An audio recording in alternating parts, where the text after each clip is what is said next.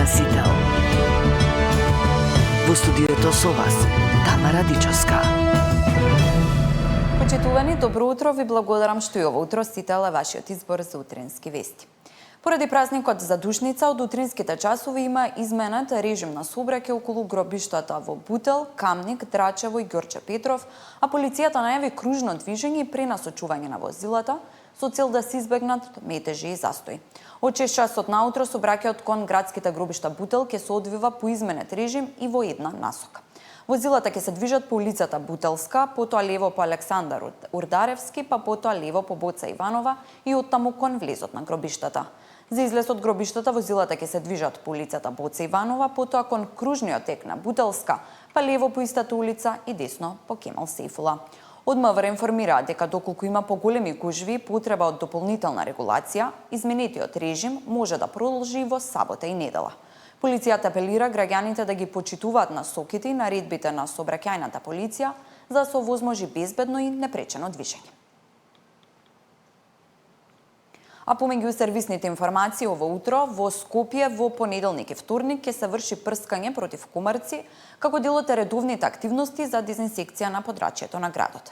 Акцијата е најавена во период кога поради потоплото време и зголемената влажност се создаваат услови за поголемо присуство на комарци во урбаните и зелените површини. Граѓаните се информираат дека третирањето ќе се изведува во предвидените термини, а доколку временските услови не дозволат безбедно спроведување на дезинсекцијата, прскањето ќе биде реализирано првиот нареден ден кога условите ќе бидат поволни. Посебно известување се упатува до пчеларите, кои треба навреме да ги преземат потребните мерки за заштита на пчелните семејства.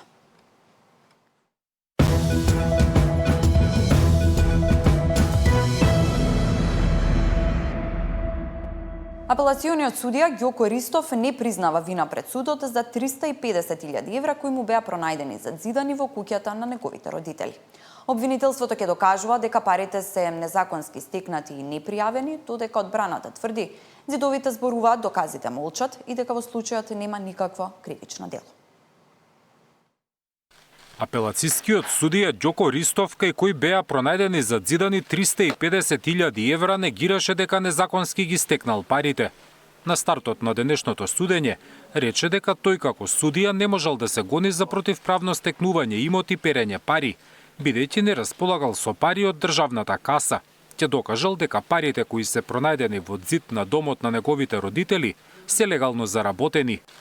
Ова утре може на секој обвинител и судија да му поднесат доколку се најдат средства кај некој што живее со родител на еден спрат, а службеното лице на втор спрат и се пронедат парични средства кај неговите родители. Излегува дека парите се на службеното лице или и да не живеат заедно. Ова кривично дело е страшна злоупотреба од страна на обвинителството и треба да се размисли што може утре на секој да му се случи. Обвинителството уверува дека ќе докаже вина кај судијата Ристов за двете кривични дела. Катот од куќата на неговите родители во Неготино, каде се пронајдени парите, го користел судијата. Сумата од 350.000 евра била пронајдена задзидана во кујната, а парите распоредени во 13 пакувања. Најголем дел во апоени од 500 евра, кои според обвинителството тешко било да се пронедат во банка или минувачница. Во суштина, за непријавување на имотот и тоа оние 350.000 евра, кои се пронајдени, за кои со сигурност можеме да покажеме дека не може да бидат имот кој легално го поседувал.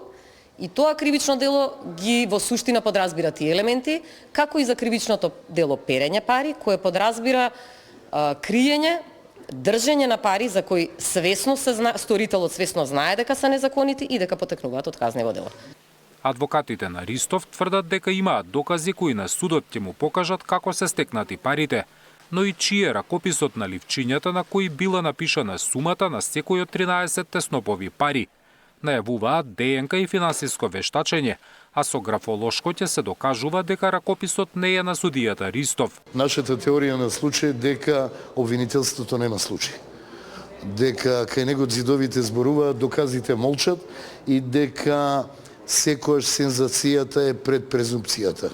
Во конкретниот случај ќе чуете во текот на постапката од кого се вземени предметите, за кој упорно се тврди дека се на судијата по принцип, ако е нешто најдено кај твоите родители, мора да е твое, нешто што е далеко од вистината. Во случајот е обвинет и адвокатот Фехми Стафа, кој се спогоди со обвинителството и доби затворска казна од 15 месеци. Тој беше фатен со 20.000 евра, пари кои како подкуп требало да ги добие судијата Ристов, за да влијае да не биде одреден притвор за Љупчо Пецов ѓаволот. Судењето продолжува на 9 јуни. Зоран Јаневски, Сител телевизија. Левица поднесува нова интерпелација за министерот за внатрешни работи Панче Тошковски, обвинувајќи го за саботирање истраги, селективна правда, непрофесионално работење и судирни интереси. Од партијата велат дека полицијата под негово раководство не постапува еднакво за сите. Додека Тошковски возвраќа дека не стравува од собраниска пресметка и најавува жестока одбрана. Тој обвинува за координиран политички напад, посочувајќи дека СДСМ и Левица делуваат синхронизирано против него. Водираме на несоработката во случај шпионажа кај највисокиот државен врв, потоа непостапување за откривање криминал со надзорот во Бехтелиенка, на кој што ќе треба да одговори министерот пред пратениците, и непостапување кај делоградбите во Чаир. Една точка е посветена на куќниот притвор за Артем Груби по склучениот дил со Дуи, чиј лидер, да подсетиме, се уште има државно обезбедување. Следното е забрената постапка за милионскиот криминал со канцероген мазут. Алудираме на командната одговорност и полициските пропусти кои доведоа до трагедијата во Кочани. Ова е попатно споменато, бидејќи имавме една посебна интерпелација за тоа, но веќе има пресуди против полицајците. И следното е незаконитиот претрес кај директорката во училиштето во Демирхисар. Четвртата глава е посветена на непостапување на македонската полиција во случај на семејно, врсничко и родово базирано насилство и говор на омраза. Пазите сега коалицијава СДСМ, Левица и ДУИ. Каква коалиција е таа за пропаст на државата? Тоа е неверојатно нешто. И повторно, по трет пат покажувате дека координирано, заеднички, раче до раче, кога станува збор за барање за интерпелација на министерот за внатрешни работи, така заедно, фино, лепо, културно си се дружите, си се охрабрувате, си се поддржувате и обидувате да ја манипулирате целокупната македонска јавност, која што е многу мудра. Повторно покажувате дека сте си заедно, и тоа си ваше право, ама македонците, албанците, турците, власите, ромите, србите, бошњаците и сериот останат убав народ кој што живее у оваа убава држава, не ви верува.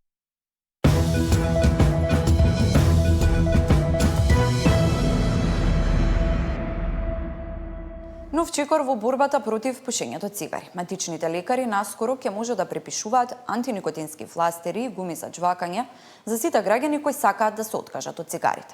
Предлог законот за заштита од пушење, иако беше најавен за примена од 1 март, се уште е во владина процедура и не е доставен до собранието. Министерот за здравство вели дека законот ги поминал сите потребни филтри, добил позитивни мислења, а во текст се последните административни процедури. Во меѓувреме бројките остануваат алармантни. Дури 45,4% од возрастната популација во Македонија се активни пушачи, што е значително над европскиот просек на Светската здравствена организација од 25%. Со новите мерки, властите очекуваат посериозен пристап кон намалување на оваа бројка и поголема поддршка за граѓаните кои сакаат да се откажат од пушењето цигари. Со цел да може тие граѓани да размислуваат два пати дали ќе се трошат пари за кои што ќе може да им оштетат на здравјето или тие ќе ги пренасочат кон други активности кои што ќе бидат за позитивни цели. Анализите во здравствениот сектор треба да покажат дали е потребна изградба на нов клинички центар или доградби и надградби на веќе постоечките капацитети. Кажа во тема на денот директорот на Фондот за здравствено осигурување Сашо Клековски.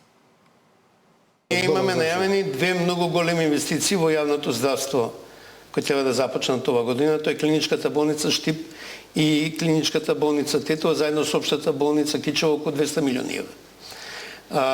Имаме болница во Скопје, 8 септември, стара војна болница, која има индекс 2, односно има сложеност на работа која одговара на клинички центар.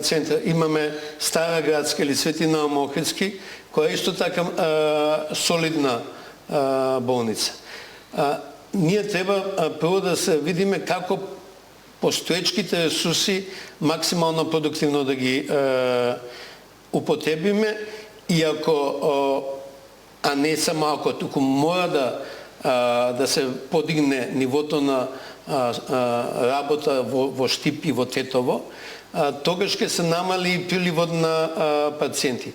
Тоа е прашање на дистрибуција на доаѓачките пациенти надвор од Скопје каде ќе се патуваат, дали во 8 септември, дали во клиничка центар. Дали ќе треба адаптација, реконструкции, доградби, надградби, секако ќе треба. Ви благодарам што бевте со нас. Следните вести се за 1 час од сега. Убав почеток на денот.